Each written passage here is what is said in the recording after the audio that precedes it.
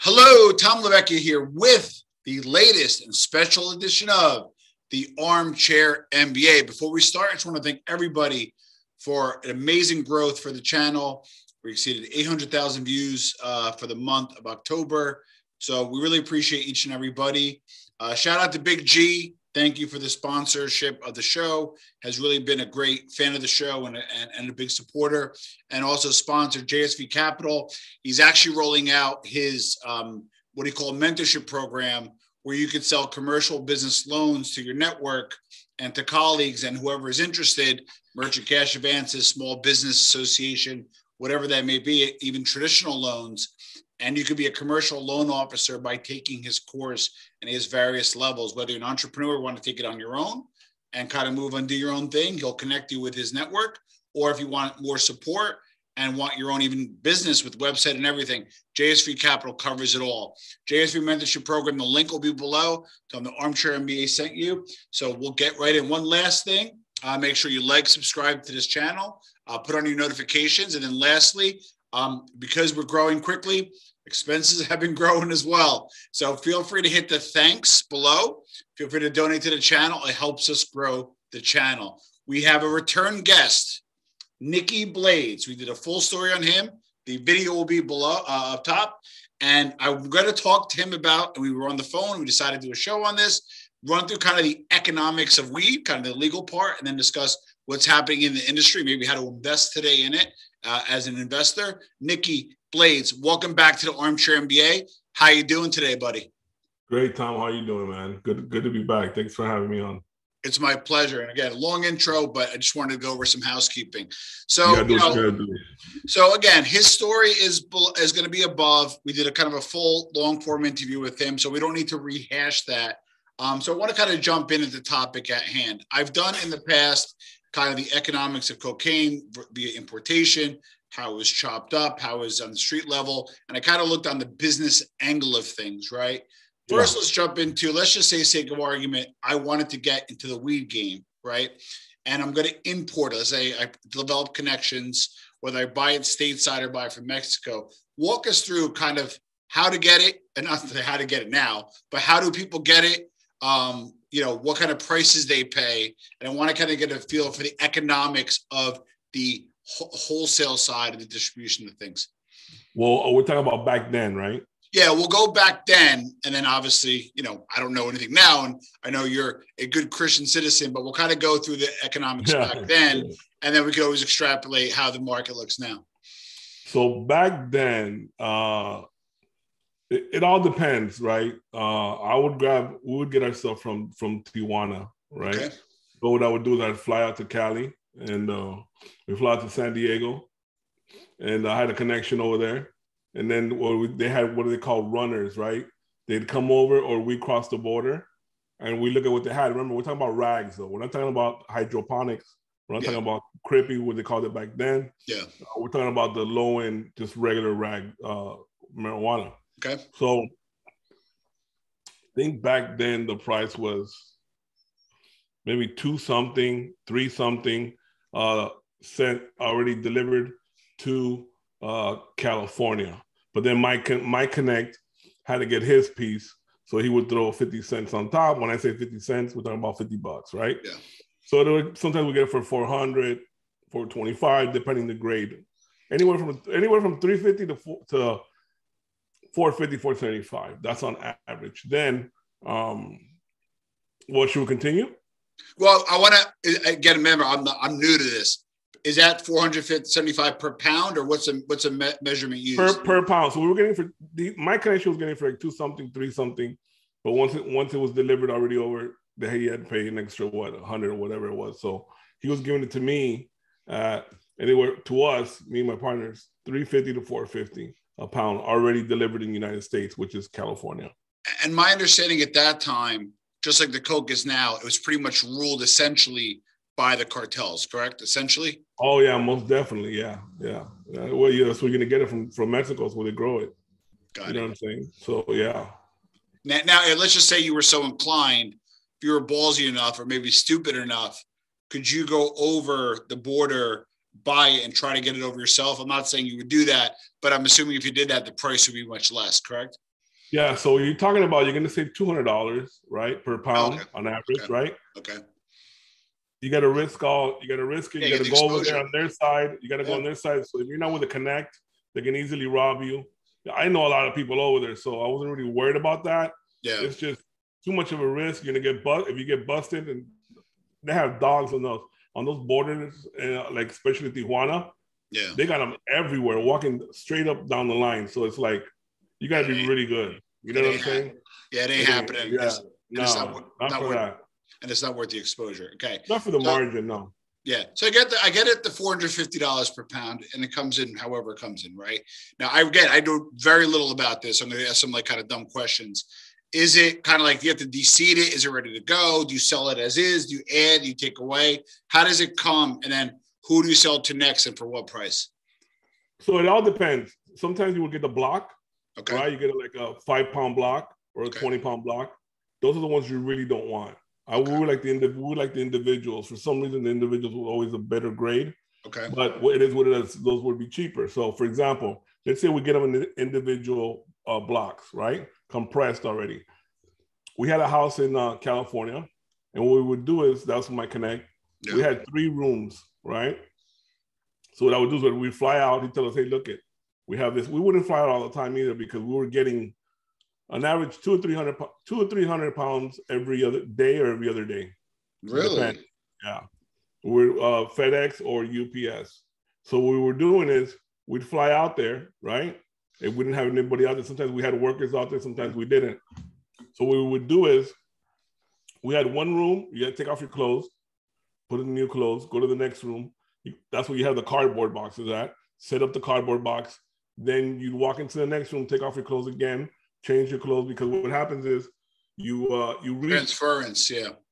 Transference. So you have to go to the next room, and then you tape it up. So everything had its process, right?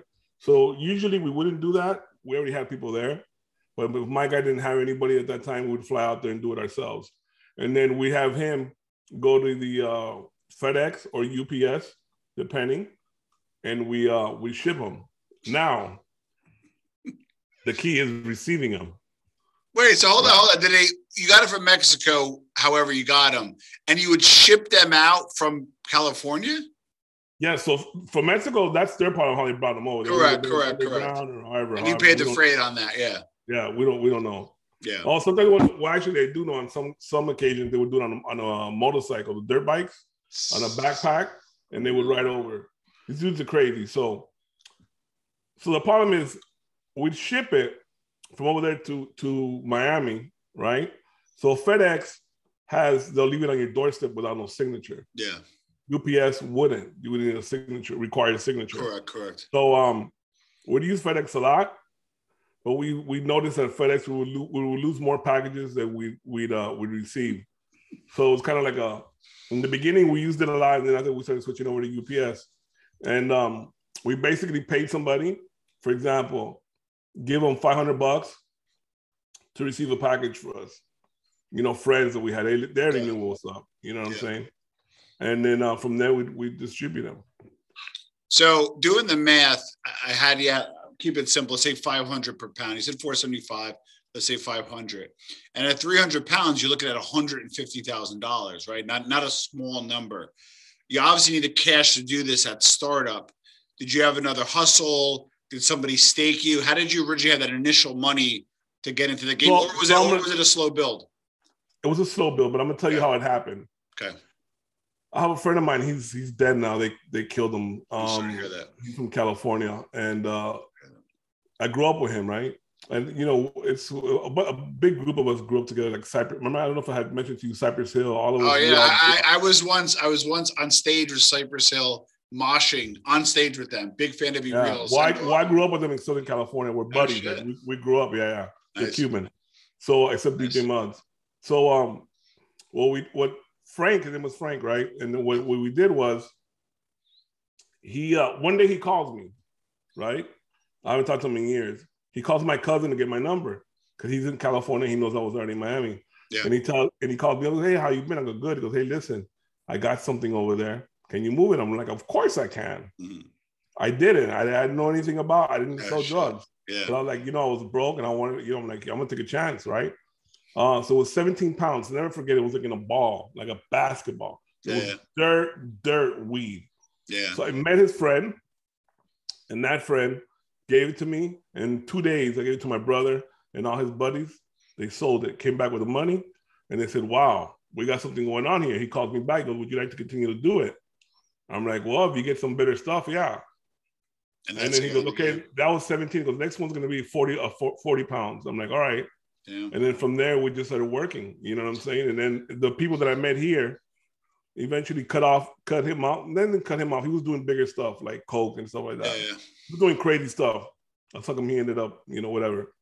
So what we did was I had a big group here. Well, a group of 4 brothers, right? And they would stake out. They would put the cash. I didn't have the cash back then. So they would give the cash. Yeah. And they would give it to me at a certain price. Yeah. I actually had another connect because that connection that I was talking about was my connection. They had their own connection, but that guy got in trouble. So I ended up getting my own connection because I grew up in California, and then we started working like that. They were putting up the money. Got it. So that's how we started working. And then it was just like, we're on fire, man. It was just like nonstop for years. Well, so I want to follow the trail. So you buy 300 pounds, $500, 150. Here you go. You get it from Miami to California. Sorry, to Miami. Yeah. You mentioned you lost some packages. Did you plan for that leakage? I call it leakage. Was it 3%? Was it 5%? What was your leakage? Did you kind of plan for? Because that's a big hit to lose a package. Yeah, so it wasn't really that bad. We started losing packages when we started using FedEx.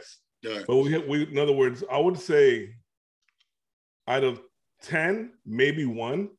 That's high. Or 1 out of 20, or 1 out of 20. 1 out of 20, maybe. Yeah. But still 5%. Something like that, yeah. It was, yeah. So it's worth it, regardless of the fact. Yeah, correct. You just tack on the 5% of the price. So now I'm going to go through the economics of this. So I now have whatever I have, right? Run $150,000 worth that I had wholesale. Wait, hold on. Okay, sorry about that. So you're basically spending, $150 or whatever it was. When you got it in Miami, what did you do then? And give me the economics from that point on. So I had my workers, right? Yeah. And I would grab, let's say it was 200 pounds. I wouldn't grab the whole 200, right? I mean, I would beg for it. My partners begged for it, but we had so many people. They had people that everybody wanted it. They were already waiting with cash up front. So, my guys would try to give me as much as I can get. Sometimes I would get 50, 80, 100 pounds. On average, I would give 60, 70 pounds every delivery. What did you charge them? So you were paying, I was paying 500. So I had people that I can sell it to for, at that time, I was going for like $650. Oh, nice. A pound, right? But that's just to a regular person, right? So I had people that would buy it at that price. So I would grab 10 pounds, sell it for that price, make a good amount of money. The rest of it, I'd sell it for $550, $575 wholesale. So in other words, it's quick. They have cash money. That's why we were able to bring so much, because we'd get rid of it right away. So with the profit, I would stick with it 10 of them, and then make more money off of them instead of for $650. So I can make, way more money off them than 10. That's the method I use. But remember, out of this 200 or 300, they weren't all mine. I would grab whatever I can get from there. Okay, so I want to make sure I filtered this correctly. So you're paying, let's say, 500. You'd flip it quickly for 150. So you'd have about 30% margin, right? So go right. I sell it for $575, for example. So I make about $75 per pound to flip it quick, right? Correct. I had other customers that can get set up for $650. I would make $250 a pound. Yeah. So what I would do is I'd grab 10 pounds out of my profit. I would get those 10 pounds for me, and I'd flip them for $250, so I'd make more money.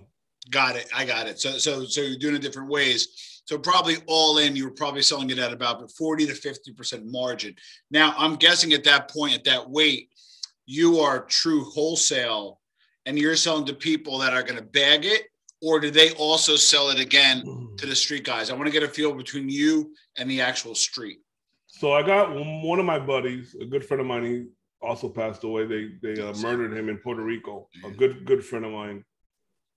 he would flip it real quick, make 25 bucks off them, 50 bucks off each one, and flip it to somebody else that would buy 10 packs or 20 packs. And then I had another guy that would break it down. That guy would break it down in ounces, half a pound, quarters, etc. So he's the one that would make the most profit, most definitely off of them. Yeah. He would take a week to sell 50, 60 pounds if I give him the whole thing. Yeah. And then he'd come back and I'd front it to him. So yeah. But instead of selling it to him for example, if I had a guy that would sell wholesale to for $550 and make 50 bucks to him, I'll get to him for $575 because I'm fronting it to him, and he would take a week. Sometimes even 600, depending, how good the stuff is, and if he really needed it. So if I'm judging correctly, and I want to be conservative, if you were buying $150,000 worth a week, right? Let's say in a week at 300 pounds and you flipped it, you were probably clearing at least $15,000 per week, give or take. Is that fair? At least, yeah, for sure. So you were making $750 cash, which is basically the equivalent of 1.5 million back then. And then in current day dollars, you're probably looking at, current inflation, you're probably looking at 3 million. Yeah, for sure. So you were making some real money. I cover mostly organized crime, Italian OC. Was there any other organized crime groups in that area? Did you have to stay below the radar screen to not have to get robbed or kicked up? What was kind of the environment in Miami back then? So where I'm from, remember I'm from California, but where I was living at, the people that I had was in a certain part of Miami. Yeah. And I had a rule, right? And the rule was, you know what a burner phone is, obviously. Yeah, of course. Right. You have to have a burner phone every 30 days. If you don't change your phone, I won't deal with you. Got it. I don't deal with anybody new. I don't care how much money they're going to offer me. Correct. There's none of that. I had my certain rules. This is what it is. I'm making this money. I'm not going to get greedy. Of course I can make more money. I don't want to meet anybody new. And those were the rules. You got to flip. You got to get a new burner phone every 30 days. And we continue. And that was it.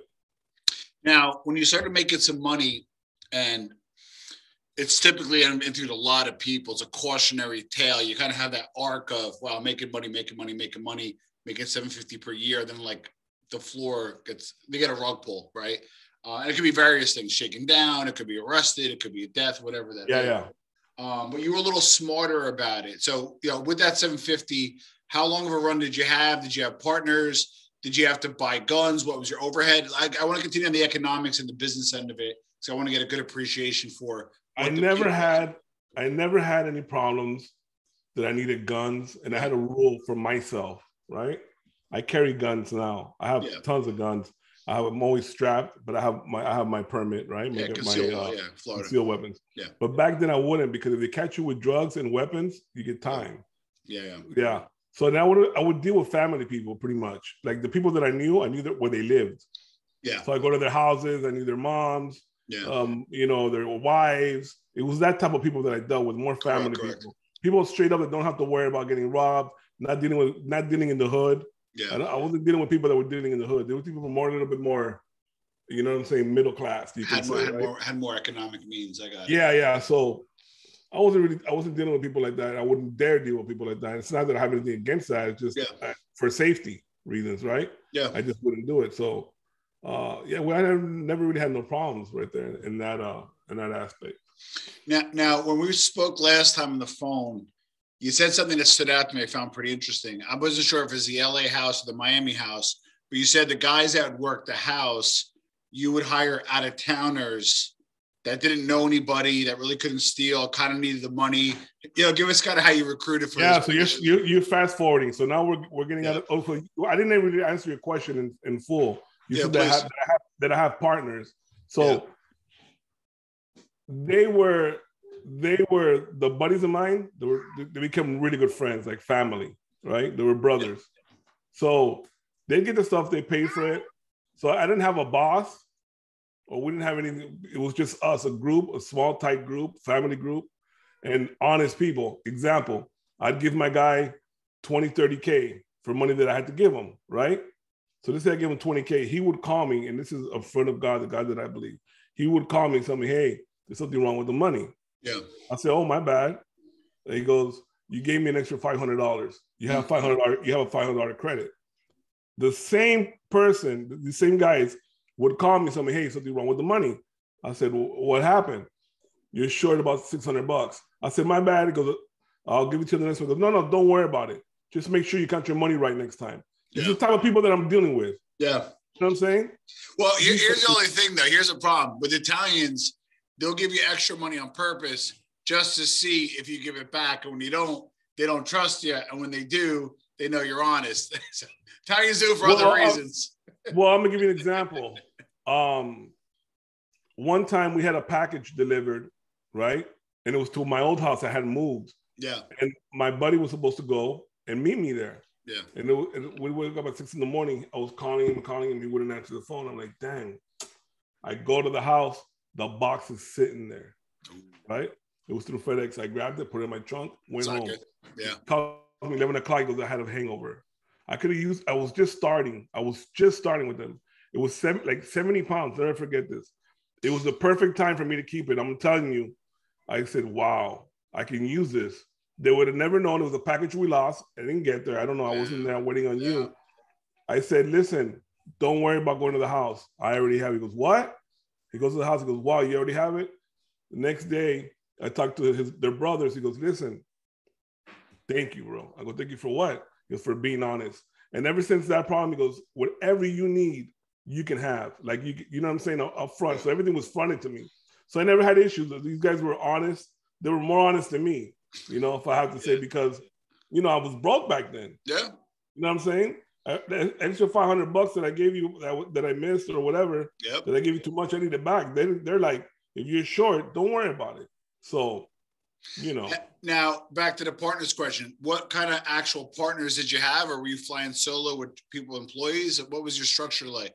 I had my people that worked for me. Okay. They never met them people. They didn't care to meet them, right? There's 4 brothers. Everybody sold. They had their own people. They sell to. So we get the weed. They distribute it. We have to pay. Everybody has to pay the one brother the amount because he put up the money. And the brother would pay you. Yeah. So if you get it for 400, he sold to me for 450. He made his $50. He doesn't care. Everybody was equal. There's nobody, hey, one guy better than the other, or you know, we have any problems though with anybody? They'd be there to back me up, but we never had any problems. Got it. But I'm saying, when you say we, did you, for your structure, if you will, did you? Well, I had problems with my structure, but yeah, I should have had a couple problems, and they let it slide, like 10 pounds. Yeah. They got robbed from one of my guys, or you know, one guy got pulled over, and they would just tell me, "Don't worry about it." I'm saying, you had an equal partner on your side, or what was equity structure, if you will? Did you have an equal partner? No partners.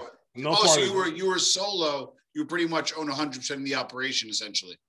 Well, yeah. Well, I mean, my guys were putting the money up, right? I had to pay them their part because they put it, but all the profit was mine. I had nobody else. I wasn't working with anybody else. So it was 5 of us. Everybody did whatever they did. We had to pay the one guy, the brother, his amount of money. He made his profit, and that's it. So yeah, we didn't have bosses and anything. We all just worked together in a group. Now, we kind of estimated on the minimum, $750 per month, $750 per year cash. It's a lot of money, especially you're a young guy in Miami, obviously having some fun.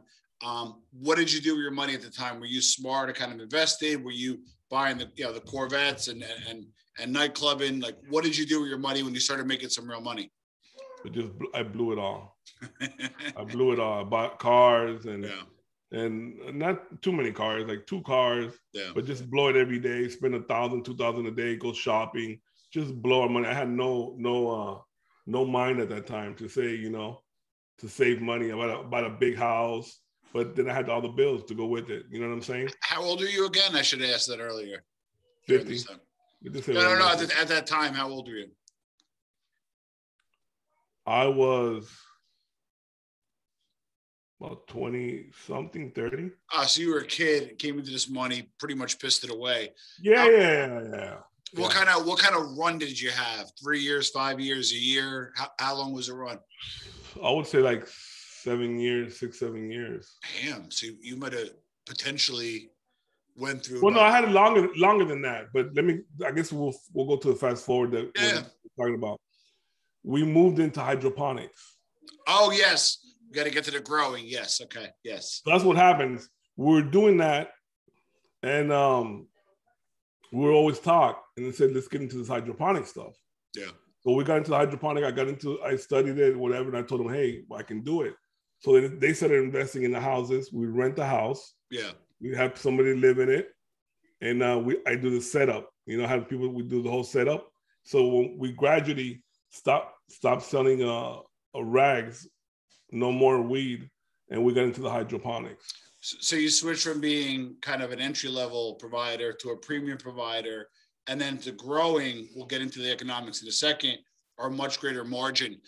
For those that those that don't know this, when it comes to growing weed, it requires a lot of electricity. Quick funny story: a family member of mine owned a warehouse, and the FBI was like, knocking on his door saying, "We're going to raid your warehouse today."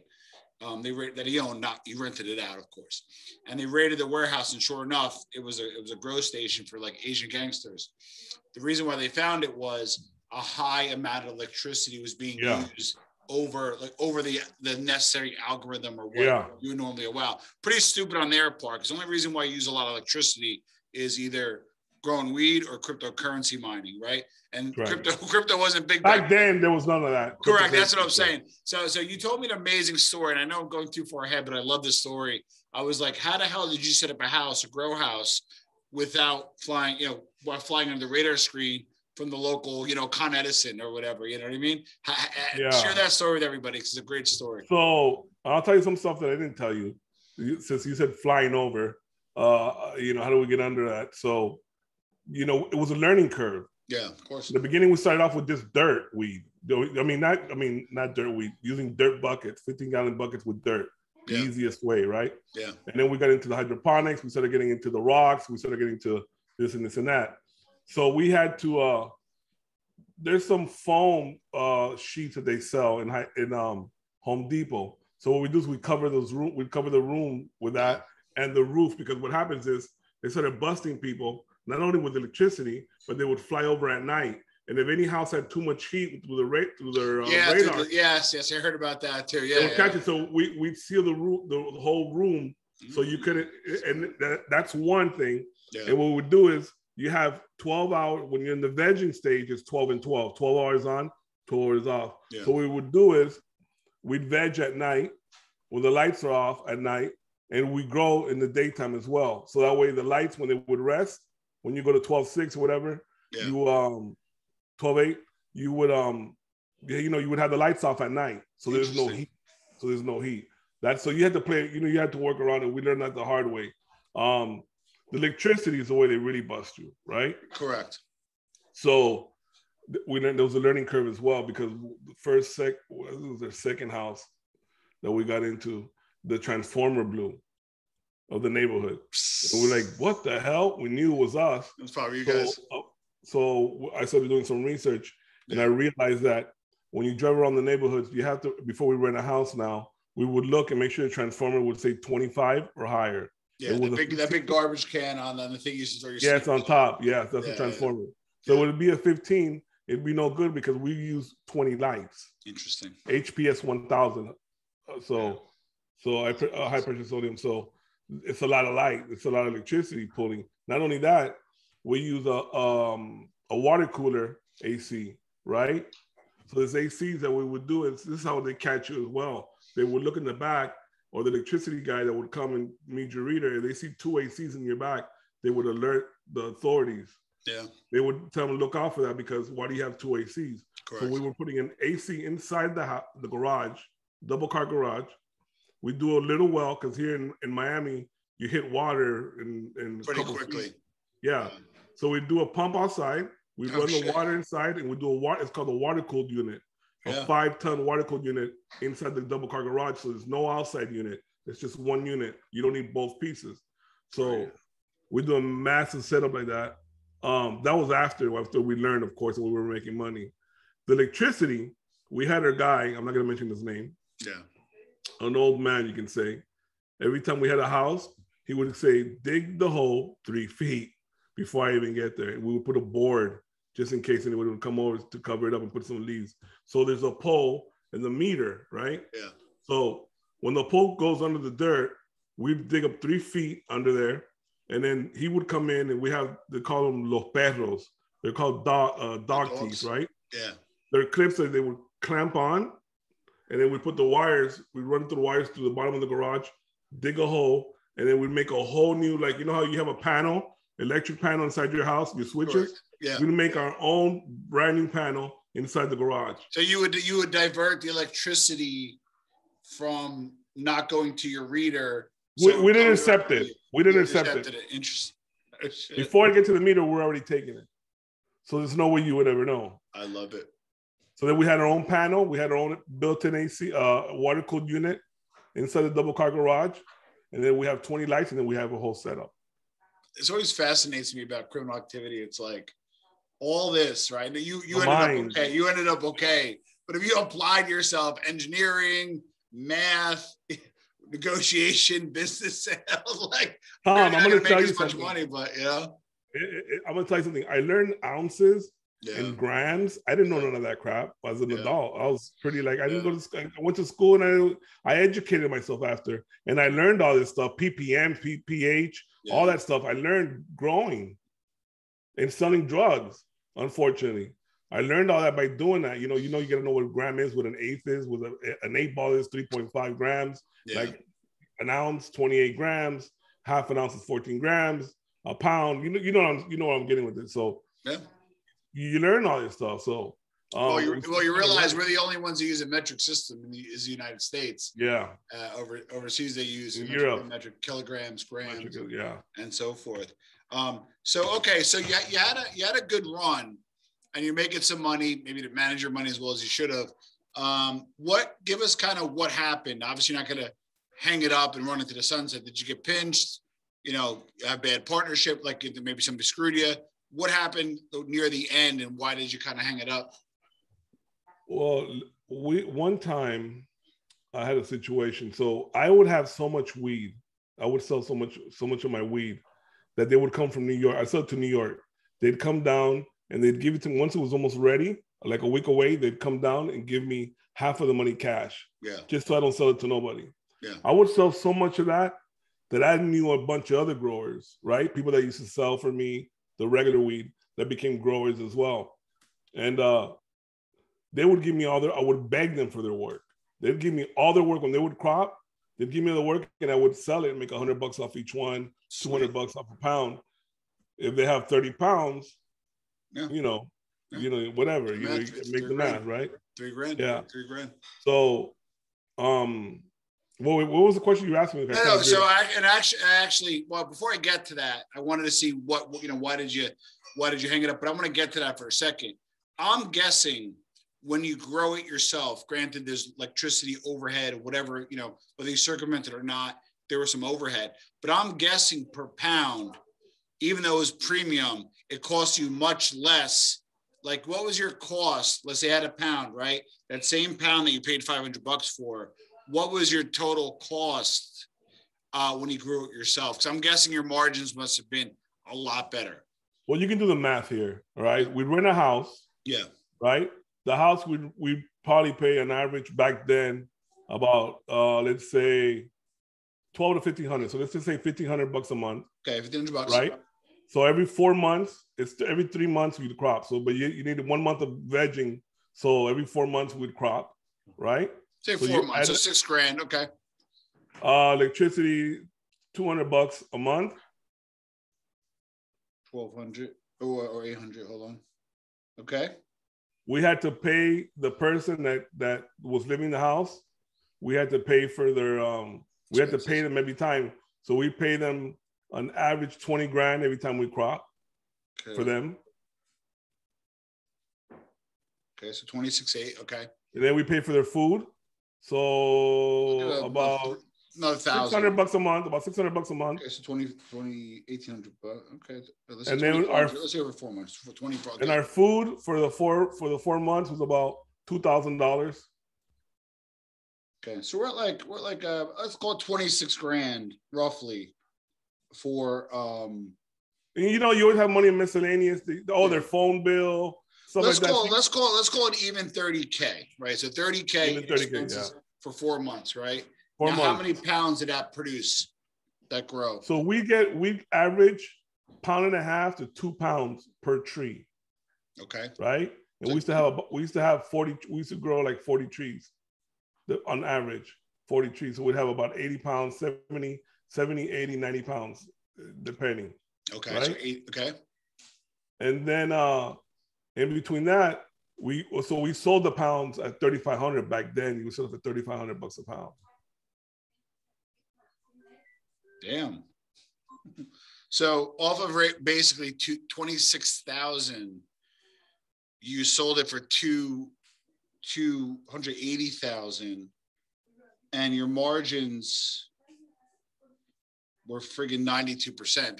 That's Coke margin. Like that's yeah. It was good. But I had a partner. Most of all my houses, I always had a partner and never did it myself, because you don't want to show. I wouldn't show up every 2 days to the house to look at everything. You know what I'm saying? I would have my partner. So when you went over to grow, right? Again, it's a great business lesson. You know why casinos don't buy electricity? They make it themselves because it's too expensive for them to buy. It's easier just to make it yourself. That's essentially what you did here. You decided to insource your growing to increase your margins from 50%, your gross margins, of course, to 92%. That's what it's about. Situation. I mean, better margins, better product, right? You dealt with a better product, which yielded a higher price point. That's fantastic. So we're gonna be wrapping it up soon, but so give us kind of how it ended. I mean, what, without getting, if you don't have to share too much, and hopefully you got away with it. Yeah. So what happened was I was making money. I was doing a lot of Coke myself, drinking every day. This is my personal story, right? Okay. So I got kind of fed up. Like, I'm making all this money, but I felt like empty. Like, you know what I'm saying? Like, I just felt like my life wasn't right. You know what I'm saying? So you were like a sad millionaire? No. I was just saying, no. What happened was I was always going to strip joints. I was always hanging out with my buddies every day, doing Coke. It was every day though. It was like, you know what I'm saying? I got to a point that I'm like, dang, there's got to be more than this. Like, I had everything that I really had, right? So that's when I gave my life to Christ. And I basically said, God, take this away from me. Like, I want to get away from this because eventually I'm going to get busted. Yeah. They were giving 3 years. So it wasn't no big deal. It wasn't really a bad deal. They catch you 3 years, and they were giving you 3 years because you were stealing the electricity. They dropped the weed charges and they pick up the stealing charges for the electricity. That was where they would get you, because for the weed they would drop it, because you would have to have 100 plants. 100 plants or more was a felony back then. So we'd only have 40 plants, 50 plants. Yeah, we'd always stay under. Yeah. So I gave my life to Christ, and just eventually I started. Wait, so hold on. There's kind of two different storylines. One is not two storylines, but two kind of tracks, if you will. So you're just doing bad things, drugs, rock and roll, that kind of stuff, making a lot of money, but you're unhappy and you're unfulfilled. I was joking around, but I can actually see that, because I do know a lot of people with a lot of money. Money makes life a lot easier, but it doesn't necessarily buy you fulfillment. But my question is, did you hit like rock bottom? Like, did you see somebody else? Oh, they robbed me. So this is what happened. And plus, remember, I was making that money. I was splitting it with somebody else. Sometimes I had 3 partners, two other partners. Got it. So, and we had 2 or 3 houses, or 4 houses at a time, 5 houses sometimes. So I had a lot of bills. I get all that money, but I had to pay $5,000 here, $5,000 here. Chop it up. Yeah. Yeah. So it's not like all that money was to my pocket. Let's go to the next one. No, I was spending a lot of money. Yeah. So what was it? No, I get it. So what I'm saying is, prior to finding, being saved, we'll get into that in a second. Right. And finding salvation, if you will, spiritual salvation. Did you just quit, or did you get pinched? Like, how did you end it? I got robbed.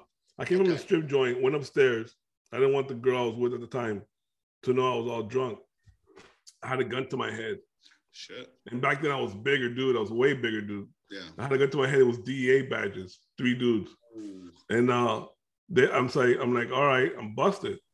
They said, what are you doing? This and that. So the 2 guys go downstairs, and I go, don't go to my kids' room, please. They're sleeping, because I have my kids sleeping, And then they put the guy goes, handcuff them.